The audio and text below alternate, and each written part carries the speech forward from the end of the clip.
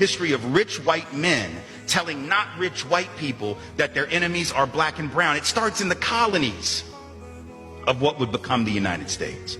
Let's remember, during the colonial period, mid-1600s, there was no such thing as white people. I know some people who are now called white find that shocking, right? Because they think whiteness is real. Right? But whiteness was created. Europeans didn't call themselves white. We didn't call ourselves white. We weren't all members of one big happy family. Are you kidding? Have you studied the history of Europe? The history of Europe was about killing each other. That's what we did in Europe. We just killed each other. Before we figured out there were other people to kill, we just killed each other. Right? I mean, that was the history of Europe. The English hated the Irish, right? Northern Italians didn't even think that Southern Italians were Italians.